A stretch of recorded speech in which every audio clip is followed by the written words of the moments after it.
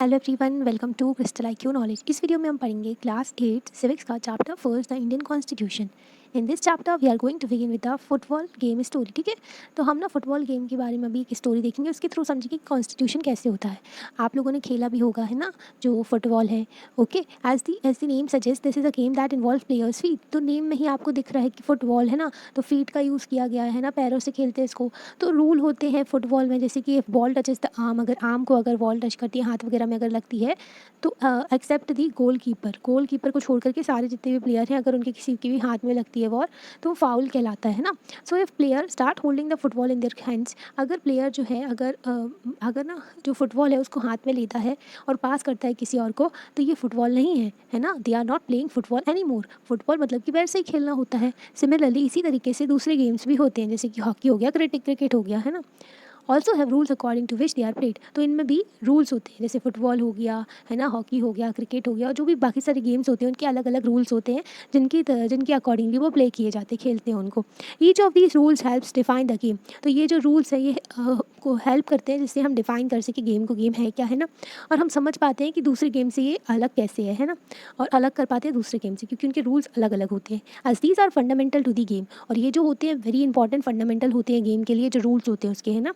We can also call them the constitutive rules of the game. तो इनको एक constitutive rules भी कह सकते हो आप गेम के। तो हर गेम के अलग अलग रूल्स होते हैं, ठीक है, जिसके अकॉर्डिंगली वो प्ले किए जाते हैं। वो रूल्स जो होते हैं बहुत इंपॉर्टेंट होते हैं, है ना। तो इनको हम अलग कर पाते हैं। फिर in large societies in which different communities of peoples live together, अगर आप बड़ी सी सोसाइटी को देखो, ठीक है, तो अलग अलग जो बहुत सारी कम्युनिटीज़ रहती हैं, है ना, अलग अलग जो कम्युनिटीज़ होती हैं, अलग अलग उनकी कल्चरल प्रैक्टिस होती है, उनकी रिलीजियस प्रैक्टिसेस होती है ना। तो live together these rules are formulated through consensus, and in modern countries this consensus usually available in written form. तो कुछ रूल्स बनाए जाते हैं जो सभी को फॉलो करने होते हैं, जैसे हर कम्युनिटी को फॉलो करने पड़ेंगे, है ना। कुछ लॉज जो हैं वो सभी, मतलब सारे जो लॉज हैं वो सभी के ऊपर अप्लाई होंगे, है ना। जो रूल्स हैं सभी को फॉलो करना है। तो ये जो है जनरल एग्रीमेंट के थ्रू बनाए जाते हैं, मतलब कि लोगों की सहमति के साथ ये रूल्स बनाए जाते हैं। और अगर मॉडर्न कंट्रीज़ में देखो आज के टाइम पर, जो मतलब मॉडर्न कंट्रीज़ जो है, वेस्टर्न जो वेस्ट की जितनी भी कंट्रीज़ है वहाँ पर भी, तो ये जो कंसेंसस होते हैं ना, जो भी ये रूल्स बनाए जाते हैं, तो इनको लिखा जाता है, ठीक है, जो लिखा जाता है। और इसी रिटन डॉक्यूमेंट को हम क्या बोलते हैं, जो जिसमें रूल्स लिखे रहते हैं, उसको कॉन्स्टिट्यूशन कहते हैं। ठीक है, तो जितनी सारी कम्युनिटीज़ रहती हैं, तो अलग अलग कम्युनिटीज़ होती हैं, तो रूल बनाए जाते हैं जो सभी लोग फॉलो करते हैं, है ना। और जो रूल्स होते हैं वो लिखे होते हैं, तो वो उस लिखी हुई डॉक्यूमेंट को कॉन्स्टिट्यूशन कहा जाता है, रिटन कॉन्स्टिट्यूशन कहा जाता है। ठीक है, तो हमने गेम के थ्रू समझा कि और जैसे गेम्स में रूल्स होते हैं जो फॉलो किए जाते हैं, वैसे एक कंट्री में भी कई सारे रूल्स होते हैं, सोसाइटी में भी रूल्स होते हैं जो फॉलो किए जाते हैं, जो कि कॉन्स्टिट्यूशन के accordingly. We have looked at the Indian constitution in class 6th and 7th in our social and political life textbook. Have you ever wondered why we need constitution, or been curious about it, the constitution got written, or who wrote it? तो आप जितना जो भी class 6 में और 7th में हमने पढ़ा सोशल और पॉलिटिकल लाइफ में, तो क्या आपने सोचा कि जो हमें कॉन्स्टिट्यूशन की ज़रूरत क्यों है? आप इतने क्यूरियस थे, जानने के इच्छुक थे कि जो कॉन्स्टिट्यूशन की ज़रूरत क्यों है, किसने लिखा है इसको? इस चैप्टर में हम देखेंगे दोनों क्वेश्चंस कि हमें कॉन्स्टिट्यूशन क्यों चाहिए है, ठीक है, उसकी ज़रूरत क्यों है, ठीक है, और उसको किसने लिखा है। And also look the key features of the Indian constitution, और जो वेरी इंपॉर्टेंट की फीचर्स हैं वो हम देखेंगे इंडियन कॉन्स्टिट्यूशन के। Each of these features is a crucial to the working of a democracy. और जो ये फीचर्स हैं ये वेरी इंपॉर्टेंट है, जो क्रूशियल हैं, बहुत ही ज़रूरी है, जो अगर डेमोक्रेसी चलनी चाहिए इंडिया में, उसके लिए, डेमोक्रेसी के लिए। कुछ फीचर्स हम डिफरेंट जो अलग अलग चैप्टर्स पढ़ेंगे उसमें भी देखने को मिलेंगे। Why does a country need a constitution? अब एक कंट्री को कॉन्स्टिट्यूशन की क्या ज़रूरत होती है ना। अब यहाँ पर देखो एक पिक्चर दी गई है। 1934 में Indian national Congress made a demand for a constituent assembly. तो 1934 में जब हमारा देश जो था, जिस पर ब्रिटिश का कंट्रोल था, तो जो कांग्रेस थी, जो इंडियन नेशनल कांग्रेस थी, जो फ्रीडम स्ट्रगल मूवमेंट में जितने भी हमारे जो पुरानी फ्रीडम फाइटर्स थे, है ना, तो वो सब जो थे एक पार्टी बनाई हुई थी इंडियन नेशनल कांग्रेस। तो वहाँ पर जो थे उन्होंने डिमांड की कि हमारी कॉन्स्टिट्यूएंट असेंबली होनी चाहिए जो कि कॉन्स्टिट्यूशन लिखेगी। During the second world war जब चल रही थी, 1945 में ख़त्म हुई थी ये, ठीक है, तो 1939 में शुरू हुई थी, है ना। This assertion for independent constituent assembly formed only of Indian gain momentum, and this was convened in December 1946। तो फिर से सेकेंड वर्ल्ड वॉर के टाइम पर भी, जिससे पहले भी बोला गया था, एक इंडिपेंडेंट कॉन्स्टिट्यूएंट असेंबली होनी चाहिए जो कि हमारे इंडियंस का कॉन्स्टिट्यूशन लिखेगी। पर ये डिमांड भी 1946 में after the second world war फिर मानी गई, ठीक है। और ये जो पेज दिखाया गया, इसमें कुछ मेंबर्स दिखाए गए हैं कॉन्स्टिट्यूएंट असेंबली की, बिटवीन दिसंबर 1946 से लेकर के नवंबर 1949 तक। हमारा कॉन्स्टिट्यूशन लिखा गया, ठीक है। कॉन्स्टिट्यूशन का ड्राफ्ट प्रिपेयर किया गया फॉर इंडिपेंडेंट इंडिया, क्योंकि हमें इंडिपेंडेंस मिलने वाली थी, तो हमारे इंडिपेंडेंट इंडिया का एक कॉन्स्टिट्यूशन भी होना चाहिए कि हम अपने देश को कैसे आगे लेकर के चलेंगे, है ना। Free to shape their destiny at last after 150 years of British rule, the members of the constituent assembly approach this task with a greater idealism that freedom struggle had helped produce मतलब कि यहाँ पर बताया जो constituent assembly ना जो बैठी थी, जो कि कॉन्स्टिट्यूशन लिख रही थी 1946 से 1949 तक, उन्होंने जो साल लिए और फिर इसके बाद में कॉन्स्टिट्यूशन लिखा, 2 साल, जो 2 साल में 11 महीने 18 दिन में कॉन्स्टिट्यूशन लिखा गया। सॉरी, वो ना 2 साल 2 years 11 months थे और 18 days में हमारा कॉन्स्टिट्यूशन लिखा गया था, ठीक है। फिर उसके बाद में यहाँ पर बताया गया है free to shape their destiny, मतलब कि 150 साल बाद ब्रिटिश रूल के बाद में हमारे पास अपना अधिकार था कि हम अपना फ्यूचर जो है, अपना जो कैसा रहेगा, हमारी किस्मत, हमारी कंट्री कैसे चलेगी, हमारे पास अधिकार था। और ये अधिकार तभी आया था जब भी फ्रीडम स्ट्रगल ने इसमें हेल्प किया था, ठीक है। तभी हम कॉन्स्टिट्यूएंट असेंबली भी बैठा पाए थे, है ना, ताकि हमारे कॉन्स्टिट्यूशन लिखा जा सके हमारी फ्री इंडिया का। You will read more about the work of the constituent assembly later in this chapter. तो हम आगे भी पढ़ेंगे कॉन्स्टिट्यूएंट असेंबली का काम क्या था, है ना, उन्होंने क्या क्या किया था। Photo alongside shows the prime minister Jawaharlal Nehru addressing the constituent assembly. तो first prime minister of India Jawaharlal Nehru ये जो है ये एड्रेस कर रहे हैं जो कॉन्स्टिट्यूएंट असेंबली को, ओके। मतलब जो फर्स्ट सेशन रहता है ना, तो उसको बात करते हैं, आते हैं, है ना। तो वो today most countries in the world have constitution, आज के टाइम पर ज़्यादातर कंट्री जो है उनके पास में कॉन्स्टिट्यूशन है, ठीक है। अब कॉन्स्टिट्यूशन जो है ना, जैसे कि while all democratic countries are likely to have a constitution, it is not necessary that all countries that have a constitution are democratic. देखो, सारी डेमोक्रेटिक कंट्रीज़ के पास में कॉन्स्टिट्यूशन तो होता है, पर ये ज़रूरी नहीं है कि सारी ही कंट्री जो कि डेमोक्रेटिक हो। मतलब कि कई सारी कंट्रीज़ जो कि अनडेमोक्रेटिक कंट्री हैं उनके पास भी कॉन्स्टिट्यूशन है। जैसे कि अगर चाइना का देखो आप और रशिया का भी देखो, है ना, तो कई सारी ऐसी कंट्रीज़ हैं। जैसे कि चाइना जो है वहाँ पर जो एक शी जिनपिंग है उसका रूल चलता है ना, वो अपनी मनमानी करता है। तो वहाँ पर भी कॉन्स्टिट्यूशन है, पर कॉन्स्टिट्यूशन है, पर चाइना डेमोक्रेटिक नहीं है, है ना, डेमोक्रेटिक नहीं है। तो जिस कंट्री के पास में कॉन्स्टिट्यूशन है, ज़रूरी नहीं है कि सारी जो कंट्रीज़ हैं जिनके पास में कॉन्स्टिट्यूशन है वो डेमोक्रेटिक होती हैं, मतलब कि वहाँ पर डेमोक्रेसी होती है, ज़रूरी नहीं है। पर हाँ, जहाँ पर डेमोक्रेसी है वहाँ पर कॉन्स्टिट्यूशन ज़रूर होता है, ठीक है। The constitution serves several purpose, तो कॉन्स्टिट्यूशन के कई सारे पर्पस होते हैं जो कि वो सर्व करते हैं, मतलब कि कई सारे जो उद्देश्य होते हैं। फर्स्ट, जैसे कि ये जो है lays out the certain ideals that form the basic of the kind of country that we citizen aspire to live in.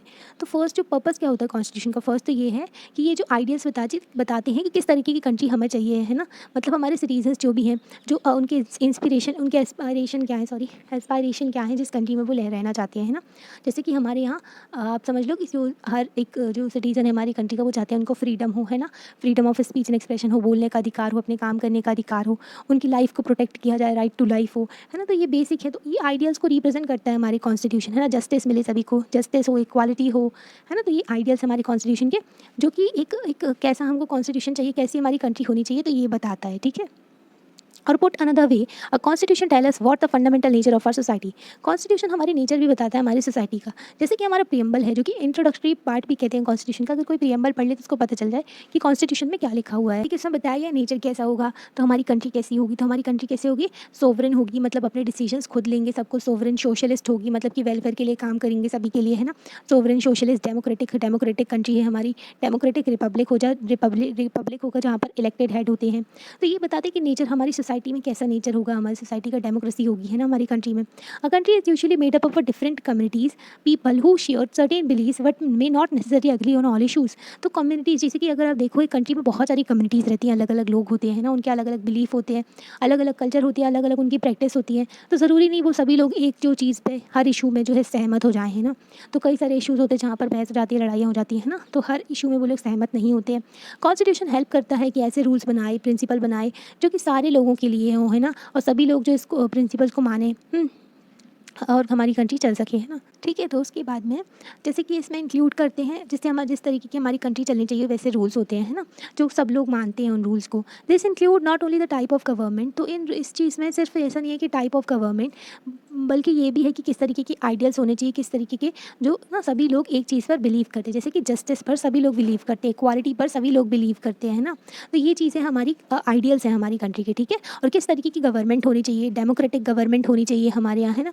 तो ये हो गया, ठीक है। तो इस तरीके की बात होती है कि किस टाइप की गवर्नमेंट होनी चाहिए और कैसे बिलीव्स जो है किस बिलीफ पर, जैसे कि हमारे आइडियल क्या होंगे हमारे, जिसको सभी लोग मानते हैं ना, जिससे हमारी कंट्री चलाई जाती है, गवर्न की जाती है। अब यहाँ पर देखो द कंट्री ऑफ नेपाल, अगर आप नेपाल का देखो ना, नेपाल के कई बार कॉन्स्टिट्यूशन लिखे गए हैं और हमारा कॉन्स्टिट्यूशन देखो एक बार लिखा गया है और वो इतना शानदार कॉन्स्टिट्यूशन है कि 75 ईयर्स ऑफ इंडिपेंडेंस हो गए हैं और आज भी अच्छे से चल रहा है ना, और आज भी सबसे अच्छा कॉन्स्टिट्यूशन है वो। तो country of Nepal has witness several peoples struggle for democracy. अब हमारे यहाँ अगर आप कंपेयर करके देखो ना, तो इंडिया में जब डेमोक्रेसी आई उसके बाद से हमारे यहाँ कंट्री जो है डेमोक्रेसी और अच्छे से डीपन होती गई है ना। बस इमरजेंसी का थोड़ा टाइम पीरियड था, जब इमरजेंसी हमारे यहाँ लगाई गई थी 1975 से 77 तक, उसको ब्लैक पीरियड ऑफ डेमोक्रेसी कहते हैं। बट उसके बाद से भी अगर देखो तो डेमोक्रेसी और ज़्यादा स्ट्रेंथन हुई है और डेमोक्रेसी को ना जुडिशरी जो है उसने बहुत अच्छा रोल प्ले किया है ताकि हमारे यहाँ एक डेमोक्रेटिक कंट्री अच्छे से बनी रहे, है ना। तो अगर नेपाल का आप देखो तो यहाँ पर कई सारे स्ट्रगल हुए डेमोक्रेसी के लिए। There was a people struggle in 1990 में भी हुआ। एस्टैब्लिश हुई democracy that lasted 12 years until 2002। तो मतलब कि जब पीपल स्ट्रगल हुआ 1990 में, तो डेमोक्रेसी इस्टेब्लिश की गई, 12 साल के लिए आई वो, 2002 तक बस। फिर अक्टूबर 2002 में किंग थे, उनके जो राजा थे गजेंद्र थे, जो उन्होंने क्या किया, Maoist uprising in the countryside as is region begin taking over the different expects of the government with the army assistance. क्या किया इन्होंने, माओइस्ट जो थे, माओइस्ट क्या होते हैं, माओइस्ट जो होते हैं माओ की आइडियोलॉजी को फॉलो करने वाले होते हैं। मतलब कि जो माओ एक चाइना का लीडर था, तो उसने क्या किया था, जो गवर्नमेंट को ओवरथ्रो किया था और अपना रूल इस्टेब्लिश किया था। तो यहाँ पर भी जो माओइस्ट होते हैं वो लोग क्या करते हैं, गवर्नमेंट के अगेंस्ट होते हैं, गवर्नमेंट को उखाड़ के अपना जो है अपने आप को जो रूल में लेकर के आते हैं, वो फिर जो है उनकी पॉलिटिकल पावर की भी इच्छा होती है और अपने हिसाब से चलाना रहता है उनको, ठीक है। तो जो किंग गजेंद्र थे ना, उन्होंने बोला कि माओइस्ट अपराइजिंग हुई है, इसलिए कंट्री जो साइड में, ठीक है, मतलब कि गाँव जो कंट्री के बाहर साइड में जो माओइस्ट अपराइजिंग हो रही है, इसलिए उन्होंने आर्मी का कंट्रोल लिया और फिर ना पूरे में जो है कंट्रोल कर लिया गवर्नमेंट को भी, है ना। The king then finally took over the head of the government. फिर ये हेड ऑफ द गवर्नमेंट बन गए थे 2005 फरवरी में। नवंबर 2005 में माओइस्ट ने ज्वाइन किया अदर पॉलिटिकल पार्टी को to sign a 12 point agreement. 2005 में माओइस्ट और दूसरे जो भी थे उन्होंने ज्वाइन किया पॉलिटिकल पार्टी को और 12 पॉइंट का एक एग्रीमेंट निकल के आया। इस एग्रीमेंट में signal to the large public and imminent return to democracy and peace. तो यहाँ पर राजा ने पूरा कंट्रोल ले लिया था ना। तो 12 पॉइंट के एग्रीमेंट में ये भी था कि जो फिर से डेमोक्रेसी आनी चाहिए और पीस आनी चाहिए नेपाल में।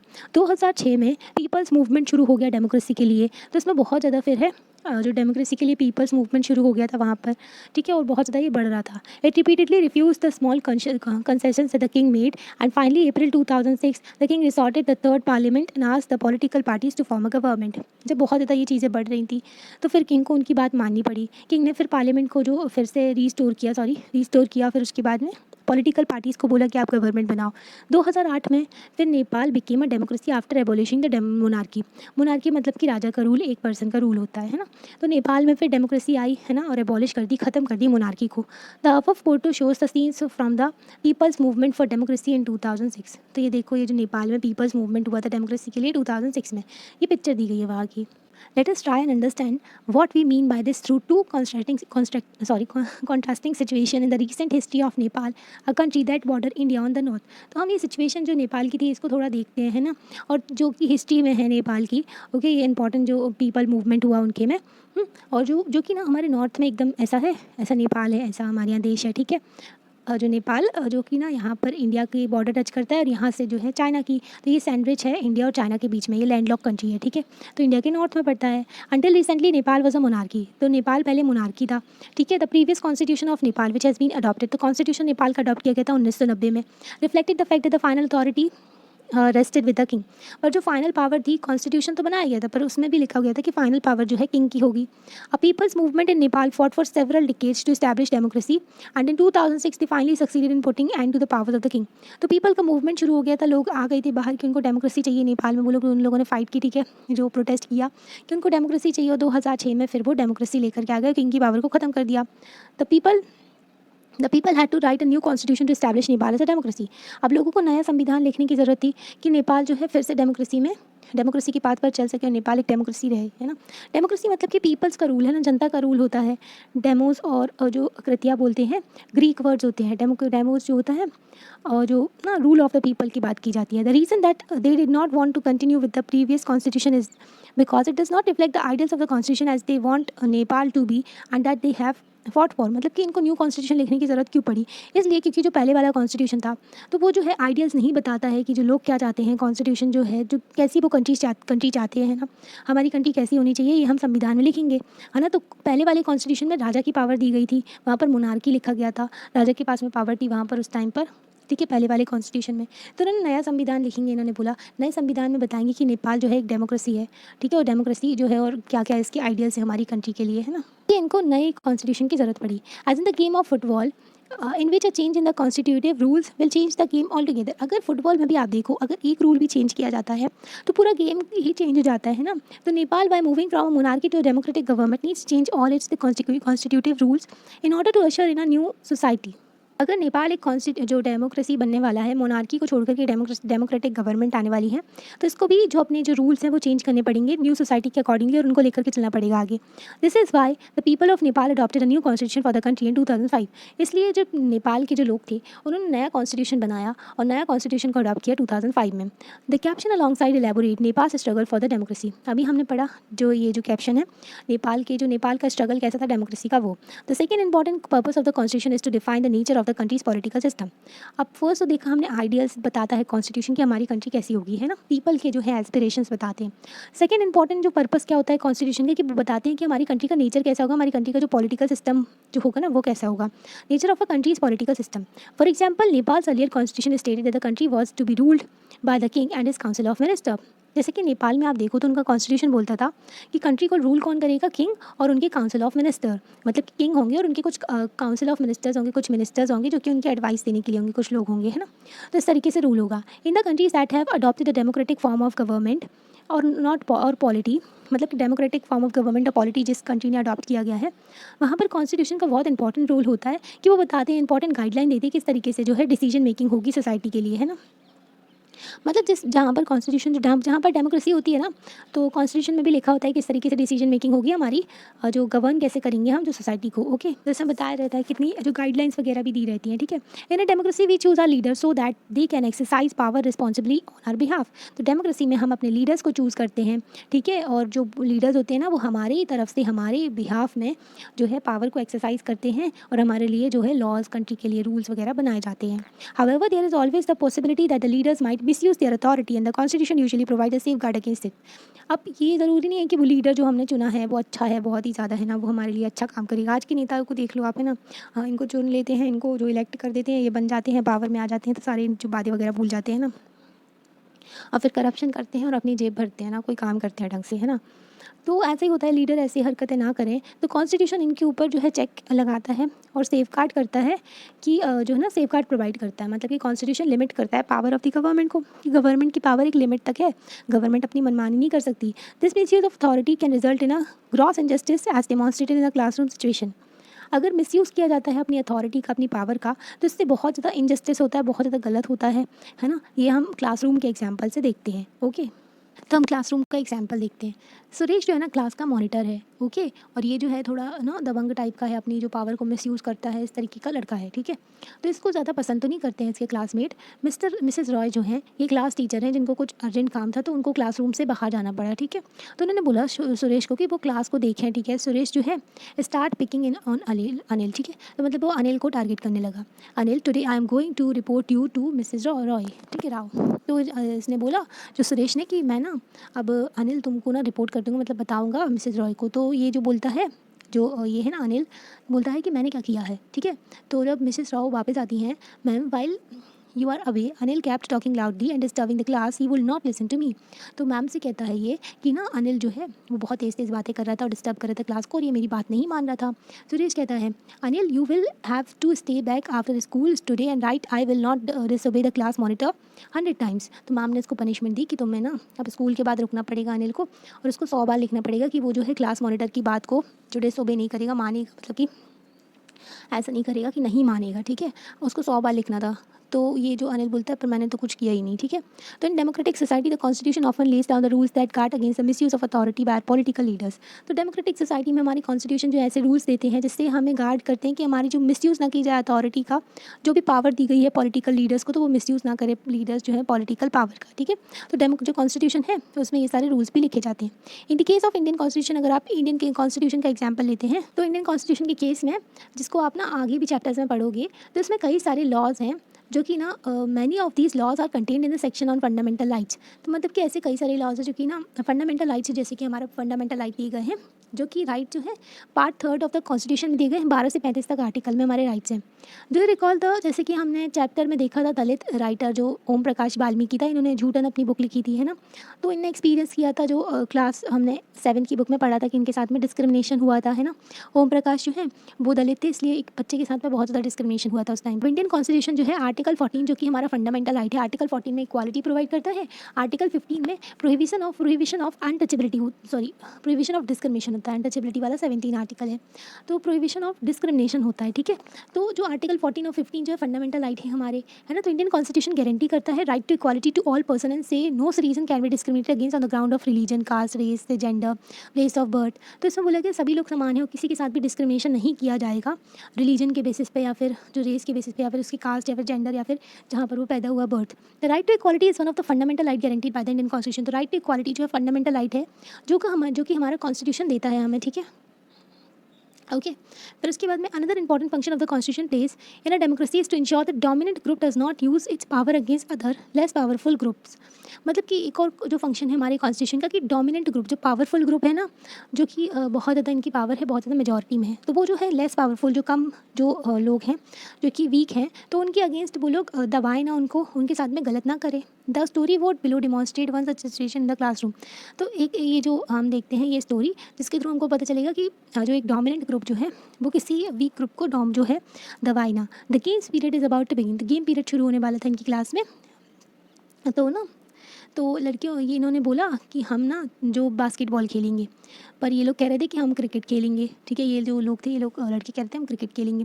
टीचर डिसाइड करेगी कि the teacher decide to settle the problem with the show of hand. Teacher जो है डिसाइड करेगी कि कितने लोगों को बास्केटबॉल खेलना है, कितने लोगों को क्रिकेट खेलना है, ठीक है।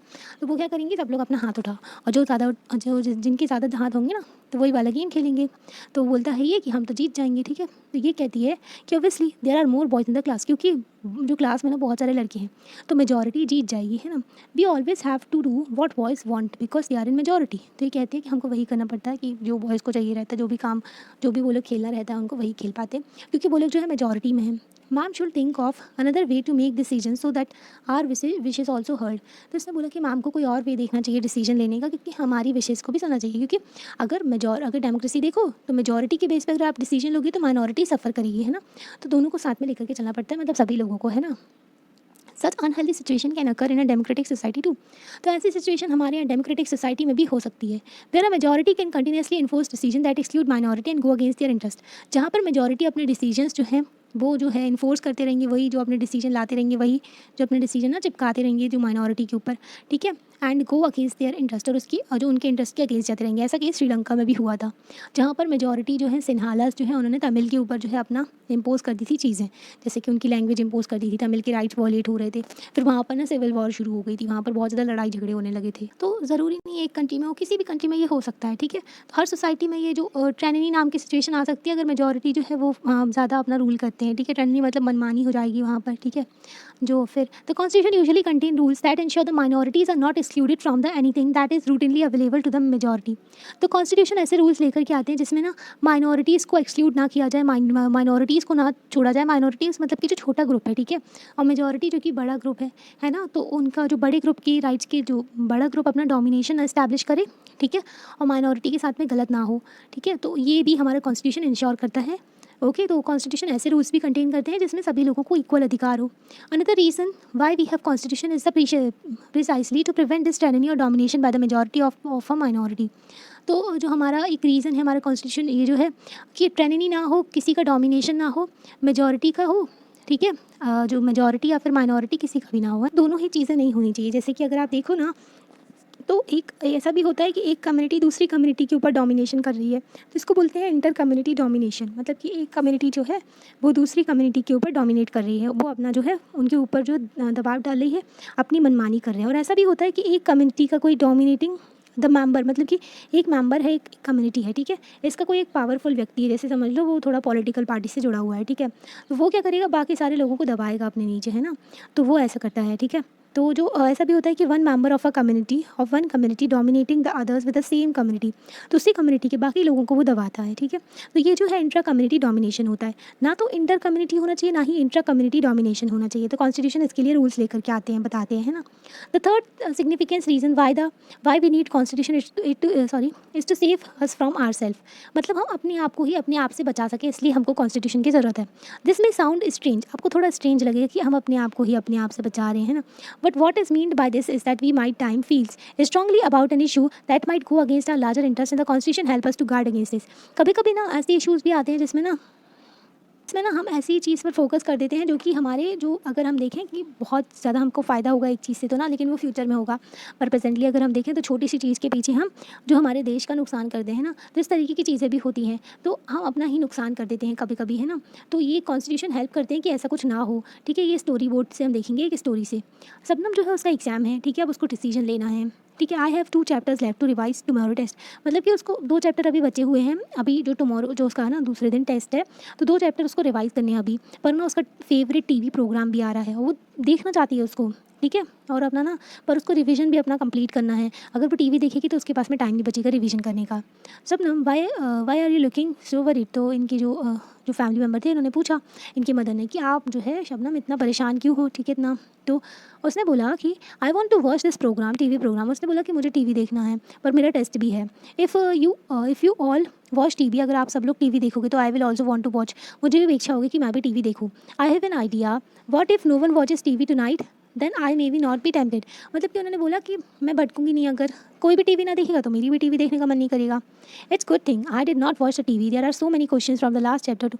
मतलब जो चैप्टर वो ना रिवाइज करने थे, अगर वो छोड़ देती टीवी देखने लगती तो उसके वो चैप्टर छूट जाते, और उन्हीं चैप्टर से जो है बहुत सारे क्वेश्चंस आए हुए थे। तो इसने क्या किया, अपने शॉर्ट टर्म इंटरेस्ट के लिए, अपने लॉन्ग टर्म जो है ना, मतलब शॉर्ट टर्म डिज़ायर थी इनकी टीवी देखने की, अगर वो टीवी देखती तो उसका जो उसका एग्ज़ाम ख़राब हो जाता है ना, तो उसका जो आगे की चीज़ थी वो ख़राब हो जाती है ना। तो हमको कभी भी अपना जो शॉर्ट टर्म जो डिज़ायर के लिए, छोटी खुशी के लिए, अपना जो आगे की बड़ी जो अपना ना, जैसे कि बड़ी चीज़ को नहीं खोना चाहिए, है ना। जैसे कि अगर हम डिसिप्लिन से रहते हैं तो आगे हमारा अच्छे से एग्ज़ाम निकलेगा, और फिर मतलब कि अच्छे जो हाँ लाइफ में सक्सेसफुल हो पाओगे, है ना, तो वो होता है। Similarly the constitution helps to protect us against the certain decisions that we might take that could have adverse effect on a larger principle that the country believes in. तो कभी कभी क्या होता है कि हम ना ऐसे डिसीजंस भी लेने पड़ते हैं जो कि हमारी कंट्री का इंटरेस्ट होता है बहुत बड़ा, है ना, और वो डिसीजन अगर गलत हो जाए तो हमारी कंट्री को बहुत बड़ा लॉस भी होता है। तो कॉन्स्टिट्यूशन हमें प्रोटेक्ट करती है कि हम ऐसे डिसीजंस लें, है ना, जिससे ना कोई गलत इफेक्ट ना हो, है ना, जो हमारी कंट्री के बिलीफ पे, लार्जर प्रिंसिपल जो है हमारी कंट्री का उस पर, है ना, और larger interest of the country पर हम फोकस कर पाएँ कि हमारी कंट्री का जो इंटरेस्ट किस तरफ है। For example, it is possible that many people who live in a democracy might come to strongly feel that the party politics has become so acrimonious that we need a strong dictator to set is right, ठीक है। तो कभी कभी लोगों को लगता है democracy अच्छी नहीं है ना, डेमोक्रेसी में डेवलपमेंट नहीं होता है, डेमोक्रेसी में पॉलिटिक्स होती है, डेमोक्रेसी में लीडर्स खराब होते हैं, करप्शन करते हैं, वो आप बहुत सारी नेगेटिव चीज़ें गिनवा दोगे, है ना, डेमोक्रेसी में, और आपको लगेगा स्ट्रांगली कि नहीं, हमें तो एक ना डिक्टेटर लीडर चाहिए। जैसे कि आप चाइना को कभी कभी बोले कि चाइना अच्छा है, मतलब ऐसे ना, ऐसे बोलने लगते हैं कुछ लोग कि वहाँ पर देखो, वहाँ पर एक रूल तो चल रहा है लीडर का, पर वहाँ पर डेवलपमेंट है ना, तो ये गलत बात होती है। क्योंकि अगर देखो एक टाइम के लिए आपको सही लग रहा है, पर लॉन्ग टर्म के लिए ना आप झेल नहीं पाओगे ऐसा। चाइना में अगर गवर्नमेंट के खिलाफ कोई कुछ कह देता है ना, तो उसको उठवा लेते हैं वो लोग। जैसे एक जैकमा था, ठीक है, बहुत बड़ी कंपनी के मालिक है ये, तो इन्होंने कुछ बोल दिया गवर्नमेंट के खिलाफ, गवर्नमेंट ने 2-3 महीने के लिए गायब हो गए थे वो, है ना। इस तरीके की हरकत चलती है चाइना में। किसी को freedom of speech and expression नहीं है, कोई राइट नहीं है कि अपने हिसाब से कैसे रह सकते हैं वो, है ना। मतलब कि वो लोग ना पूरी तरीके से गवर्नमेंट के कंट्रोल में होते हैं। जैसे कि नॉर्थ कोरिया देख लो, वहाँ तो वो इंसान जो है ना, जो किम जोंग उंग है, तो वो तो मतलब बताता है कि किसको कैसे, जो हेयर कट कैसा होना चाहिए लोगों का, वो ना घर में रेडियो लगवा के रखी है उसने सबके, कि कोई उसके बारे में कुछ गलत तो नहीं कह रहा है। तो नॉर्थ कोरिया में तो ऐसा सिस्टम चलता है ना। तो लॉन्ग टर्म के लिए बहुत ख़राब होता है, क्योंकि एक पर्सन का रूल चलता है वहाँ पर, अपनी मनमानी करता है वो। So at by this emotion they may not realize that in long run dictatorial rule goes against all their interest. तो अगर आप इमोशनल बह जाके, इमोशनली होकर के कोई गलत डिसीजन ले लेते हो, ठीक है, तो उसकी वजह से क्या होगा फिर लॉन्ग रन में, आप देखो ना, तो जो मनमानी वाला डिक्टेटरशिप का रूल होता है ना एक पर्सन का, तो वो हमारे इंटरेस्ट के अगेंस्ट रहेगा, है ना। A good constitution does not allow these whims to change its basic structure. तो गुड कॉन्स्टिट्यूशन होता है तो ये जो छोटी मोटी चीज़ें होती है इसकी वजह से हमारे लार्जर इंटरेस्ट हमारी कंट्री का अफेक्ट ना हो, ये देखता है। और बेसिक स्ट्रक्चर है हमारी कंट्री का, डेमोक्रेसी भी है ना। It does not allow for the easy overthrow of provisions that guarantee rights of a citizen and protect their freedom. तो हमारा कॉन्स्टिट्यूशन अलाउ नहीं करता है कि आप इजीली जो है जो हमारे जो सिटीजन्स के राइट को गायब कर दो, है ना, ओवरथ्रो कर दो, हटा दो ऐसे प्रोविजंस को जो कि हमारे सिटीजन्स को राइट देते हैं और उनकी जो फ्रीडम को, उनकी जो आज़ादी को प्रोटेक्ट करते हैं। तो आप जो कॉन्स्टिट्यूशन में ये सारे राइट लिखे हुए हैं, सिटीजन्स को राइट दिए गए हैं, है ना, फ्रीडम को उनकी प्रोटेक्ट किया गया है, तो कोई भी ऐसे आसानी से उसको चेंज नहीं कर सकता है ना। डेमोक्रेसी में कोई भी ऐसे आसानी से चेंज नहीं कर सकता है इसको, है ना। और पार्लियामेंट भी, गवर्नमेंट भी आसानी से इसको चेंज नहीं कर सकती है ऐसे प्रोविजंस को, ठीक है, क्योंकि अपोजिशन भी बैठी है अपोज करने के लिए, और फिर इतने सारे न्यूज़पेपर हैं, मीडिया है, लोग हैं कि हमारी फ्रीडम को आप कैसे छीन सकते, ठीक है। तो है ना, ये कॉन्स्टिट्यूशन हमारे इंश्योर करते हैं कि हमारी जो फ्रीडम भी प्रोटेक्ट हो और हमारा जो है राइट्स भी प्रोटेक्ट हो सिटीजन्स के, जिससे हमने अब डिस्कशन से हमने देखा, you will understand that the constitution plays very important role in democratic society. आपने देखा कि कॉन्स्टिट्यूशन का बहुत इंपॉर्टेंट रोल होता है डेमोक्रेटिक सोसाइटी में। ओके, अभी कॉन्स्टिट्यूशन की अभी आगे का ना हम नेक्स्ट पार्ट में देखेंगे। ओके, आपको कैसा लगता है आप लाइक करके बता सकते हैं, चैनल को सब्सक्राइब कर सकते हैं, अपने फ्रेंड्स के साथ में शेयर भी कर सकते हैं। Thank you.